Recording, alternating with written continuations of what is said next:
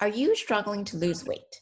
This is a problem for so many people these days because of poor lifestyle choices and other issues with the modern lifestyle. And this problem can even be worse if you have adrenal fatigue, which tends to encourage weight gain. Hi everybody. This is the Dr. Lamb show, and we're here to empower you to take control of your health. I'm Dr. Carrie Lamb, and I have Dr. Jeremy Lamb here, and we are experts in Hello. adrenal fatigue. And we like to see how it can affect your health and your life. And I'm going to share with you what we know about weight gain and what you can do about it. So, Dr. Jeremy, tell me a little about weight gain and why it's so common in adrenal fatigue. Yeah, so I mean, the tendency to gain weight is very common in adrenal fatigue. And this weight gain that people often find it's in the abdominal area, especially in the truncal area. And so they gain this adipose tissue and this fat tissue in this area, and it's very hard to lose. And it's because your body is trying to slow down and conserve your energy when you have adrenal fatigue. And so imagine when your body's under stress and is trying to run away and is trying to conserve all its energy. And so your body is trying to conserve its energy because you need as much energy to get through your stressful situation. And so it's hanging on to fat as a storage of metabolism and energy. And the best place to really do this is in your waist area. And that's why the muffin top is very common. And because a lot of the cortisol receptors are concentrating in the central region compared to the periphery. And so it's really uphill battle to climb when you're fighting against the body, when you're trying to diet, when you're trying to exercise, because that's not really addressing what's going on. What is going on is your metabolism is really trying to slow down. Right. So you're saying when someone has adrenal fatigue, their body is basically tired and their metabolism slows down. And that's why it's thinking that it's going to be undergoing starvation. And that's why it tries to store and store and store. When your body is in starvation mode or when it's trying to fight, it's not going to think about um, burning through the energy. It's going to really think about conserving the energy, especially with chronic stress, right? And Yeah. so, as you store, like you said, most of it goes to the where you have a lot of cortisol receptors in the fat cells, which is abdominal area, or even in the waist and in the butt, and definitely not in the extremities, not like your arms and your legs, right? So, Hmm. Yeah. um, And what so happens? really when people try to diet and they try to go through extreme exercises and things like that, it could actually make things even worse because it's stressing your body out even more and trying to tell your metabolism to slow down even more. And so, Mm, so a lot of our patients come in and tell us, no matter how much we exercise, how much I diet, I'm still gaining that weight. So what am I doing wrong, right? right, right. And so what is actually happening with the weight when they have adrenal weakness? Is it only an adrenal issue or are there other root things that might be making the adrenals worse? It could be a variety of issues that could be making their adrenals worse as well. We have our neuroendometabolic stress response. So if your detoxification pathway is not great, then if you're not detoxing well, that could lead to more stresses in your body, especially maybe if you're bioenergetic or your immune response is also not as well as it should be, then that also in some circumstances causes inflammation and then increases stress on your body as well. That could be making your adrenal fatigue worse. Right, right. So you talked about the detox and the bioenergetic circuit and the inflammation circuit, which are more on the metabolic side, but on the neuroendocrine side, you definitely have the hormones, right? Where the adrenals are and the thyroid is, where we hear a lot of people with hypothyroid or thyroid issues start to gain a lot of weight and have a very difficult time losing it. Even a lot of people we see, they say, oh, my doctor says I have hypothyroid, I got started on thyroid medications, and yet I'm not losing the weight. Yeah, it maybe worked for a few months but then it stopped working again. It's because they're not really getting to the underlying root issue that maybe it's an adrenal issue or other hormone imbalances that could be causing the weight issue. Is that right? Right, right, right. And Hmm. that's exactly kind of our approach is where you have to start at the root with helping and supporting healthy adrenals first. And once that's done, then the weight will come off. So we tell our patients, don't worry about the weight. We have to give it some time and really, just understanding that the weight issue is just a reflection of adrenal weakness. And so it may take some time. We tell our patients 3, 6 months, even 9 months, but it's better to do it the right way rather than going through, these exercise programs, yo-yo diets, keto diets, paleo diets, intermittent fasting. Not to say that any of these are really wrong. I mean, exercise is good for you and some of these diets are good for you, but it has to be in the right context, right? Under the right guidance and when your body can handle it, really. Right. And so when you set the right time, it really also depends on what stage of adrenal fatigue you're in. So, someone who's pretty healthy and young and are able to exercise without getting tired afterwards, sure, they can spend a little in exercising and doing the right diet, meaning eating cleanly. Um, but someone who's in the later stages of adrenal fatigue and even into adrenal exhaustion, if they push their adrenals even more than the adrenals are ready, meaning exercising more than it should, meaning if you exercise and you start to feel tired, that means you've overdone it, right? Or if you crash even after doing a little walk, that's definitely listening to your body is very key and not pushing your adrenals to work harder than it should. That's the time where you really need to ask yourself, is exercise really what I need right now? In later stages of adrenal fatigue, we actually tell a lot of our um, patients to not exercise and to regain the nutrients and the nutrition and the reserves that your adrenals need to get back on track. Because if your adrenals only have this tank of gas and it's not full and you continue to burn through the gas and you're really running on empty, the more you burn through it, which exercise can do, which coffee, caffeine, chronic stress can do, if you keep burning through it, you're not going to get the weight off. You're just going to stress your adrenals out even more.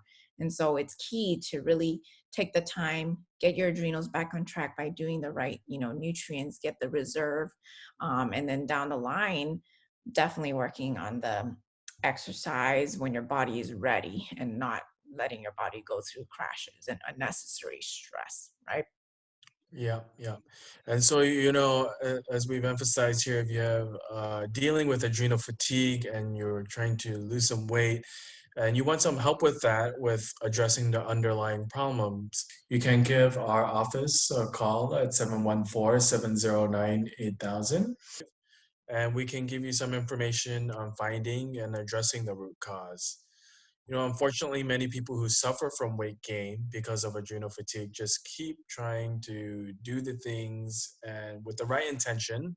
Unfortunately, they don't get the right results and it can be damaging to your body.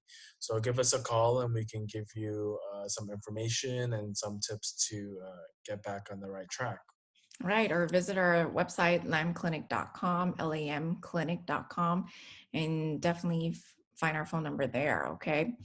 And so there are a lot of people that go to different practitioners and they might end up on a lot of different supplements and herbs and quick fixes or even thyroid Sometimes medication. thyroid medication. Yeah, exactly. Yeah, right. Like adaptogenic herbs, vitamin B complex, boosting your energy.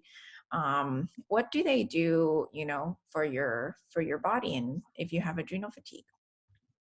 Yeah, I mean, they can stimulate you and give you increase your metabolism and give you energy for a little bit, but sooner or later the effects start to run out. It's kind of like you're stepping, and when you're giving your car gas, right, and you're pressing on the gas a lot, and you're stimulating, but over time, you're just gonna burn through your engine and burn through the gas, and you're gonna be using much more than you actually need. So short term, it can help boost you, but again, in the long term, it might not be such a great idea. Mm. Yes, and definitely depends on the so someone healthy can definitely handle it, but someone who's in the later stages of adrenal fatigue probably cannot, right? So Right. quick fixes, crash diets, they don't work when you have adrenal fatigue, and in fact, they might make things worse, right? But we have 5 principles today to help you stay on a good, ideal diet that won't stress out your adrenals and might help you lose weight more naturally and actually feel better. Okay, at the same time. So, what is number one, Dr. Jeremy? Well, number one would be really having a diet that you can work around and that it is easy for you to do. You want to be have a diet that is easy to keep up with. If you have adrenal fatigue, then you don't want something that's super complicated and very limiting, because again, you need the proper nutrients in your body. So stressing out about a diet, calorie counting, or hey, can I eat this, can I not eat this, it's not going to be helping your adrenals out. So it's important to find something that is easy to follow, that will be stress free, and you will be grateful, and your adrenals will also be grateful for that. That's true. That's good. So keep it simple, keep it easy, so you have less headaches, so that you can actually follow the diet. Number two, a really good thing to figure out is your sensitivities, especially in adrenal fatigue. A lot of people have food sensitivities that might actually be stressing your body out more than you think. That would be causing inflammation in your gut. And so some people are sensitive enough, or if they've been doing it long enough that they can tell what their body is sensitive to. But if you don't know what you're sensitive to, or you kind of just starting out, sometimes it might be easier to get a food sensitivity test.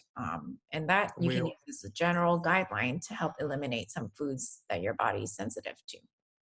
we order those tests for our patients too. If sometimes you don't want to go through eliminating because it's quite a bit of work, you can do a test as one. That's the easiest and quickest way to find out what you're sensitive to and what you're allergic to. Right. But if you don't want to pay for a food sensitivity Hmm. test, you could do a food diary and, like you said, do the elimination diet, right? Where you actually eliminate the main culprits. The biggest culprits are usually gluten, dairy, corn, soy, and sugar. And if you just eliminate those five to begin with and see how your symptoms improve. And some symptoms are different for every person. Some may say I have bloating, some might say I have headaches, some might say I have eczema or skin issues, or I have cough or asthma. And so your body responds to inflammation and food sensitivities in a lot of different ways. Some people can say it's brain fog. And so when you eliminate, you want to see, hey, do my symptoms actually go away? And if they do, then you can slowly add back in, depending if you're ready to, and one at a time. Okay, so that's how you can very easily see if you have any food sensitivities to those big five culprits, which the government has subsidized in America to produce lots of, and it's highly GMO'd, and that's why those five substances are what causes a lot more problems in people nowadays. Okay. The number three principle that you want to follow is that you want to help and get good bacteria into your body. And you also want to starve out the bad bacteria. And we're mainly talking more about the microbiome and the gut bacteria in your intestines, in your stomach, and in your colon as well. So you really need to be giving your good bacteria the nutrients which it likes, such as fiber, fermented foods, which are also high in probiotics. Sometimes taking a supplement and probiotics give you good bacteria, and then also starving the bad bacteria. And bad bacteria likes processed foods. They like high sugary foods.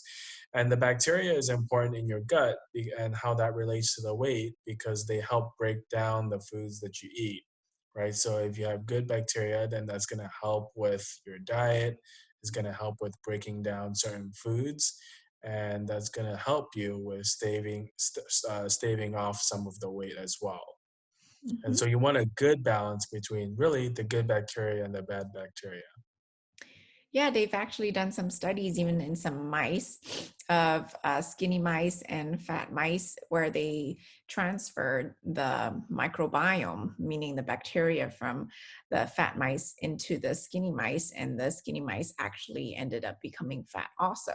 And so the microbiome is like a whole nother system in your body that you don't know is working, but it's working very hard and in a good way sometimes for you if you keep it happy, right? Because it basically there's so much more DNA and genetic systems in this microbiome than your even your own body, and so it's very important to have a good balance. So if you've even taken antibiotics in the past, that can wipe out both good and bad bacteria and can wipe it out for a good 6 months. So it does take time to rebuild your bacteria if you've taken antibiotics. And so eating the foods that are high in fiber, like Dr. Jeremy you said, and taking probiotics or fermented foods are ways that you can naturally get these good bacteria in your gut, right? Right. And then that leads to really our point number 4, which is, soluble fiber. And it's really good to just keep things flowing and keep your bowels moving and really flushing everything out and getting that going. And soluble fiber is what really helps with that. You don't want to get constipated because then that can really not help your body detox, and then also in that case not help with the weight loss as well. So soluble fiber is one of the very important tools that you need to consider when you're doing a diet regarding weight loss. That's good. And the last principle, number 5, is to eat as whole as possible. What does it mean to eat whole? So you really want to know where your food comes from, right? I usually ask my patients, where does an apple come from? And they will obviously say it comes from an apple tree. But where does apple sauce come from? Where does apple pie come from? We don't exactly know what ingredients they put in there, where they process it, what extra sugar has been gone through the factory when it gets baked or when it gets made. So that is not a whole food. Anything that's in a package is not whole. So if you want to make sure you're eating whole, make sure you can picture where your food actually comes from. Is it from the ground? Is it from the tree? Is it from the soil? And that is what it means by eating whole foods. Okay. Well, I really enjoyed all those 5 different tips, and we hope that you guys enjoyed our podcast here too and found that, this is very helpful. And we hope that you can use this information to lose weight without impacting your overall health and well-being.